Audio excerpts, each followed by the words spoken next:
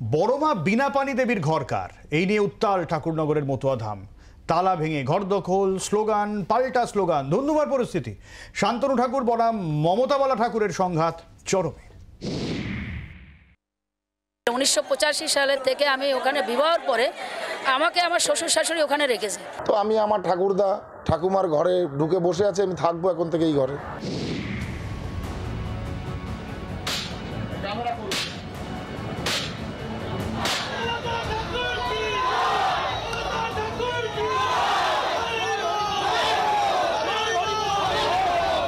হাতুড়ি দিয়ে কোলাপসেবল গেটে পরপর আঘাত, ভাঙল তালা, জমায়েত স্লোগান পাল্টা স্লোগান।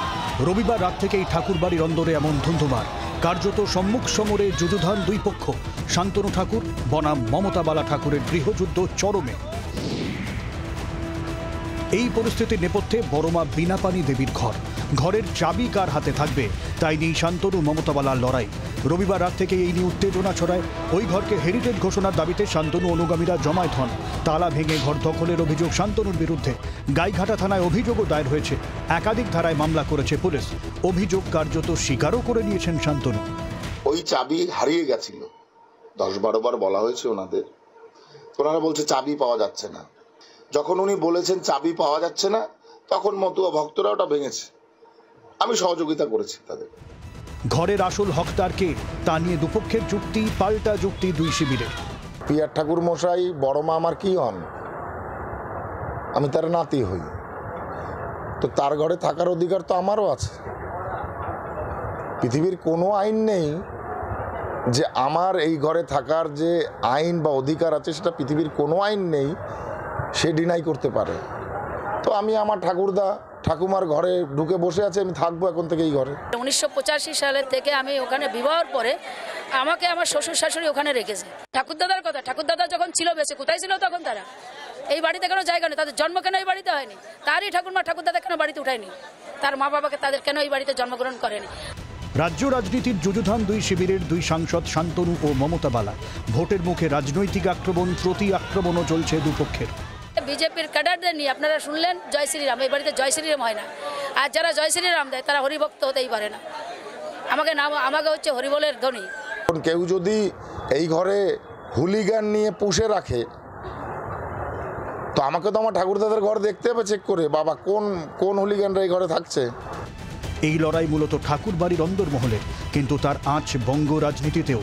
পদ্ম শিবির বনাম জোড়াফুল শিবিরের বাগযুদ্ধ চরমে।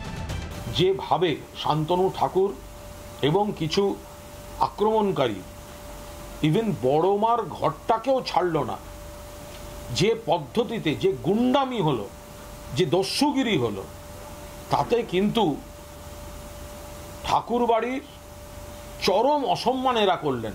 মমতা বন্দ্যোপাধ্যায়ের নির্দেশে বা তৃণমূল কংগ্রেসের এজেন্ডায় আজকে ওখানের মমতাবালা দেবী তিনি আজকে সিএর বিরোধিতায় নামলেন, সমালোচনায় নামলেন। আমরা এটুকু আমাদের বিরোধ, তার সঙ্গে রাজনৈতিক বিরোধ।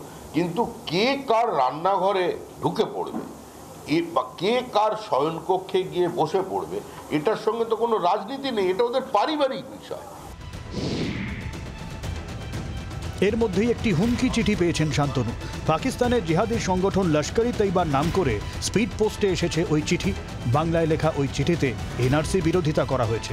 থ্রেট করে চিঠি পাঠিয়েছেন তারা তস্করি লইবার আর কি সদস্য। যদি সিএ এনআরসি নিয়ে আমি বাড়াবাড়ি করি, আমার পরিবারকে ধ্বংস করে দেওয়া হবে, মেরে ফেলা হবে এবং ঠাকুর বাড়িকে জ্বালিয়ে দেওয়া হবে, সারা ভারতবর্ষ জ্বলবে। মতুয়া সম্প্রদায়ের ধর্মস্থান ঠাকুরনগরের ঠাকুরবাড়ির অন্দরের গোন্দল দীর্ঘদিনের। 2019-এর মার্চে বড়মা বিনাপানি দেবীর মৃত্যুর পর থেকেই কার্যত আড়াআড়ি ফাটল। রাজনীতিতেও যুযুধান দুই শিবিরের দুপক্ষ। ভোটের মুখে সেই দ্বন্দ্বে কার্যত কুরুক্ষেত্রের পরিস্থিতি। জল গড়াতে পারে আদালতেও। ভোট পণ্ডিতদের মতে মতুয়াধামের এই উত্তরাধিকারের সংঘাতের প্রভাব পড়বে মতুয়াদের ভোট বাক্সেও।